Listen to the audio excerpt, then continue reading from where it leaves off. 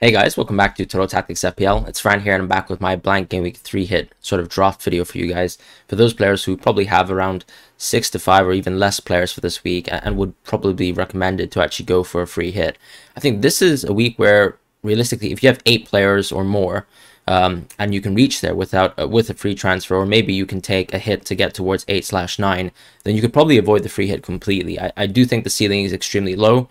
If you look at the expected point thresholds for this week, not many players are expected to do well, just because I think Spurs and West Ham are a tough matchup, and Arsenal and Aston Villa are quite a big clash in terms of both these teams being capable of scoring, but creating low-scoring games too, just because of the sort of level of the game and the sort of form that both these teams are at. We've seen an improvement, at least in Aston Villa, in terms of their defense lately, even though they did succumb to West Ham. And I think when you compare Spurs, who look electric across the board with attacking options and probably will be the captaincy options this week, you do have West Ham, who could be a great sort of differential shout in a free hit template. If you're going for just regular transfers, I wouldn't really recommend going for a West Ham player, but do be reminded that players like Dawson and Bowen can be extremely interesting. This is the template free hit format that I would actually like to sort of discuss, and I think there are positives in maybe going towards better form options, and I'll show that in a second draft later. But if we start with this draft, the reason why it's so template is because it incorporates the 3 Arsenal setup, which a lot of players have already moved into. Some people have actually gone for the option of going for Saka and Martinelli, but that does preclude them from going for a much more diverse midfield. And the problem with this week specifically is that the midfield players are the absolute best to cover each teams. If you look at a team like Leicester, they're better covered off by Barnes and Maddison, and we don't have the same security with going for Iheanacho or Daka with Vardy out. Defensively, you wouldn't really want to go for Leicester players as well, especially since Brentford has found a little bit of an increase in creativity and goal scoring structure, with Tony scoring a lot of goals, albeit most of them being penalties sort of created by Eriksen. Eriksen, once again, is a differential this week, but probably not really worthwhile because I don't see Brentford scoring past 1 goal, and that's quite a low ceiling, to be honest, to take a gamble on Eriksen when you have other explosive options in the table. You have Coutinho and Rafinha as well, who really cover off Aston Villa and Leeds in the best way possible. I think obviously within the last few weeks you've seen that Coutinho has struggled to cover Aston Villa well, but when he explodes and when you have him right, I think that's an even bigger miss than let's say missing holes from players like Cash or Ramsey. Yes, Cash isn't on this sort of template wildcard, and I think that's because a lot of people expect for Arsenal to actually win this game and score, given the form that they have. They've only sort of hit a dry run versus Liverpool, but we can't really expect much when Liverpool has been keeping clean sheets versus most of the opposition, with exception to really City. As far as Rafinha, he's looked electric versus Norwich, and I think he's a great way to cover this Wolves fixture, because even though I do have a Wolves player here on this draft, and you have Jimenez now on the bench, the main concern here is that I think Wolves haven't looked particularly good. Their only big result lately was getting that win versus Everton, and it wasn't overall to be expected even, despite Everton's poor form. And that sort of shows you the downtrend of Wolves and their defensive stats. I still think it's worthwhile going for a player like Cody this week, and it's a little bit better off that you go with Schmeichel as your keeper, because you have the option this week of going for Ramsdale and Sa as a keeper on a free hit, but Schmeichel's a little bit nicer as it allows you to go for that sort of Wolves defender or Arsenal defender who could provide some attacking displays that would be very effective. And Schmeichel is nice because with Leicester, I have Amartey as an example on my bench, but you could definitely go for someone else, such as a Brentford defender or even a West Ham defender. But in reality, we've had a lot of struggles because they've had most of their defenders back from injury, and you have the expectation that there will be rotation within the next few weeks, especially with Leicester sort of focusing on the European Conference League, and that to me is a telltale sign that Leicester is really hard to pick from the defensive positions, even though there could be a little bit of upside from going for players like James Justin this week. In terms of midfield, I've actually selected Harvey Barnes. I know some free hit drafts actually do include both options from Leicester in terms of Barnes and Maddison. That's probably the best way possible to cover Leicester, who arguably have the best fixture. But we've also seen Brentford put up some very heroic performances and some very solid defensive displays versus top teams. So that's going to be a little bit of a concern for me, given that Brentford have found a little bit of form lately. I think Barnes has been the more creative player lately when you compare him to Maddison. Maddison has sort of been dealing with a niggling injury that has sort of precluded him from a few games. As far as Barnes, he's been a very consistent player this season, barring the start where, as we all know, he was easing from injury and sort of recovering his form. This is why I think when you look at the recent form, it makes a lot more sense to go with Barnes in this draft. As far as Saka, he's going to be another toss-up here where once again, I think there is a possibility to go for 2 Arsenal players next week, but I wouldn't really recommend it too much in terms of the midfield options. I just think getting a variety here is much better. You have the option of going for Martinelli, who played much better versus Liverpool, and Saka, with maybe back-to-back 2 relatively average performances, could give a little bit of opportunity for Pepe to sort of start ahead of him, maybe give him a little bit of rest if that's within Arteta's mind.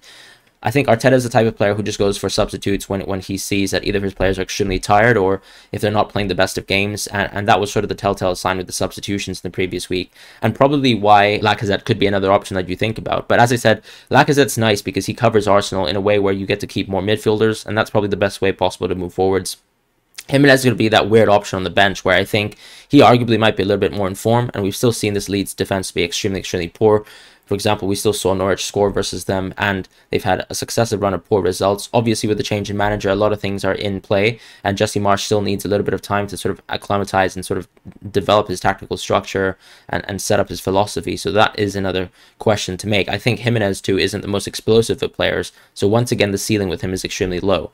But if I go on now to my form hit draft, you'll notice that I actually prefer a lot of options that aren't on the template draft. I've actually taken Son out of the team because I actually prefer Kulusevski.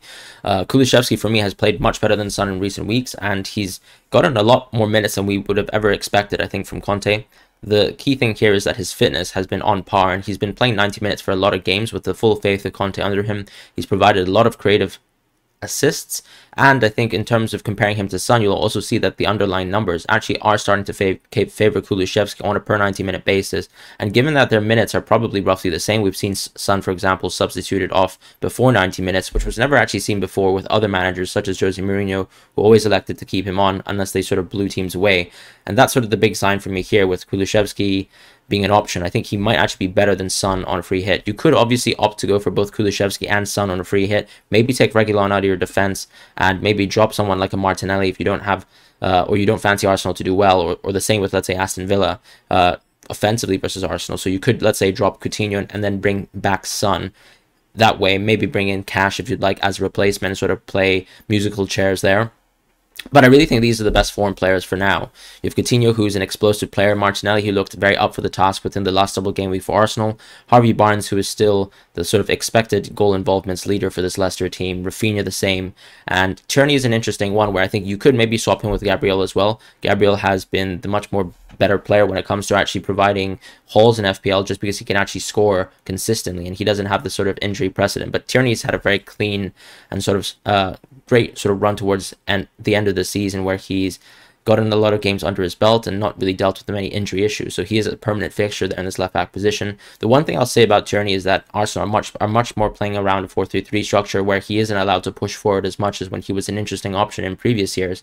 And that's what sort of thing makes me think that Tierney isn't the best option going forwards past the free hit. But within a 1 game week ceiling, you could have Tierney doing exceptionally well, especially with the sort of overcommittance, I would say, of sometimes Aston Villa defenders within attacking positions. That could allow Tierney to play within pockets of space, combining with Martinelli on the left-hand side, which I think is a little bit more lethal right now with Arsenal, especially now that Cedric is still the right back for this team, given Tomiyasu's injury. I think that's also been a big contributor too, and why I've actually opted to go for Martinelli on this form hit draft over Saka. With Jimenez, I think Lacazette just doesn't seem like the most explosive option versus an Aston Villa defense, who he probably will not find too many ways of sort of breaking through. He does obviously have the chance of going for penalties, and it could be a big miss avoiding Lacazette on the draft. But you have Jimenez, who at least is good coverage and also playing versus a much weaker team defensively, and also playing at home in Molineux. So that's going to be a big benefit there. As far as Reguilon, the reason why I've actually opted for him on both drafts over Doherty is just because he has that security in the position. I mentioned that Doherty, in my expectation, would play all the games, and he has the full estimations of Conte, in my opinion, as the right back over Emerson. But Reguilon is that sort of player who I think makes very intelligent runs, and even though he isn't as good in terms of actually creating chances as someone like Doherty is in his current form, Sergio Reguilon is always someone who we see as a goal-side threat. So for 1 week, I do think he is the more explosive fullback player and someone I'd be a little bit more interested to, just because we know Sessegnon isn't a threat this week. And that's pretty much the free hit video for now. Cody is pretty much the most template defender here. And the bench order is Lacazette, Matty Cash, and Daniel Marte. You can obviously change some of these options up, but there's no real reason to really look at the bench too much this week, in a week where we expect most of these players to play. Thank you guys so much for watching the video, and I hope you guys see you shortly. Oh, also, actually, in terms of the captaincy this week, I think it's very, very obvious. You just stick it on Kane, to be honest.